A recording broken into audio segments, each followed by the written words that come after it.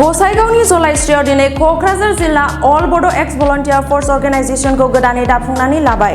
अल बड' एक्स भलन्टियार फर्स अर्गेनाइजेशननि मिरुनि बिथोन बादियै दिनै अल बड' एक्स भलन्टियार फर्स अर्गेनाइजेशन क'क्राझार जिल्ला आफादनि गोजाम आफादखौ सिफायनानै गोदान आफाद दाफुंनानै लायो।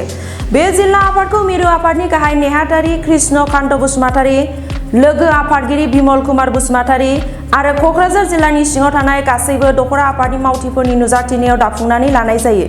गोदानै दाफुंजानाय बे आफादाव आफादगिरि महरै गसाइगावनि निबारन बसुमतारी, गाहाय नेहाथारि महरै सोमदोन बसुमतारीखौ सायख'नाय जायो। बे हाबाफारिनि सोमोन्दै नेहाथारि बिथाङा मा फोरमायखो आबुङै मिथिना लादो।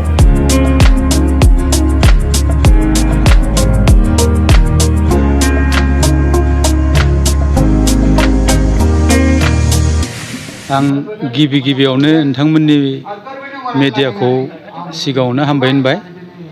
लोगोसे दिनै जोङो एक्स बड' भलन्टियार फर्स अर्गेनाइजेशन हिसाबै जोङो क'क्राझार जिल्लायाव कमिटि गोदान दाबाय। बे दानायाव जोङो बिबानगिरि हिसाबै आफादगिरि महरै जों मोननो हादों निबारन बसुमतारी, लोगोसे नेहाथारि हिसाबै मोननो हादों जोङो सोमदोन बसुमतारी। बिथां सानैखौ जोङो दिनैनिफ्राय जोंनि क'क्राझार जिल्लानि दैदेनगिरि हिसाबै बिथांमोनखौ खामानि मावनो थाखाय जों खावलायबाय। जोंनि आफादाथ' जोङो गुबैयै जोंनि बर' जाथिनि थैनाय थांनायखौ लानानैनो जोङो जि बड'फानि दैदेननायाव दैदेनजादोंमोन बड'लेण्ड सेपारेट स्टेट, बेखौनो लानानै जों दिनैसिम खामानि मावबाय दं। आरो जोङो बे डिमान्डखौ लानानैनो इयुन जोलैफोर जोंनि दिनैनि दावगाफुनाय गोरों लाइमोनफोरखौ जोङो बे आवाजखौ होलांनो थाखाय जों आवगायबाय दं। बे मोनथाम सुक्तिखौथ' जोङो दिनै बर' माहारि हिसाबै जों गनायनानै लानो हायाखै। मानोना जोंनि गोबां सोमावसारगिरिफ्रा रुंसारि जालांदों। बिथांमोना बड'लेण्ड सेपारेट स्टेटनि थाखाय रुंसारि जालांदों।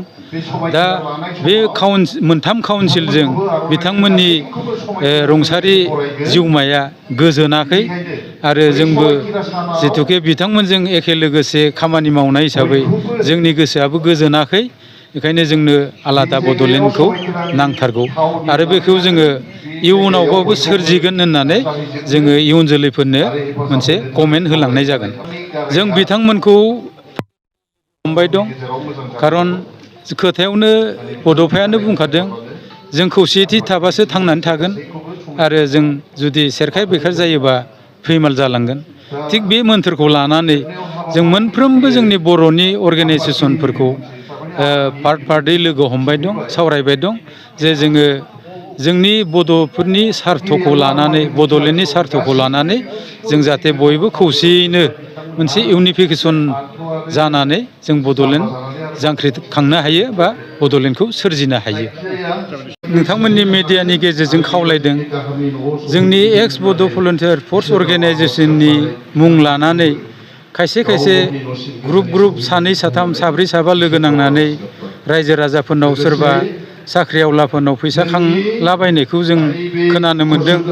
जाहाथे जों बिथांमोनखौ खावलायदों आरो वार्निं होदों जाहाथे जोंनि मिरु आफादनि बिथोन मोनागौमानि जाहाथे रायजो राजाफोरनियाव रां दाबि बा बिख'नायखौ जाहाथे दा मावथों, बेखौ जोङो खावलायनाय जादों।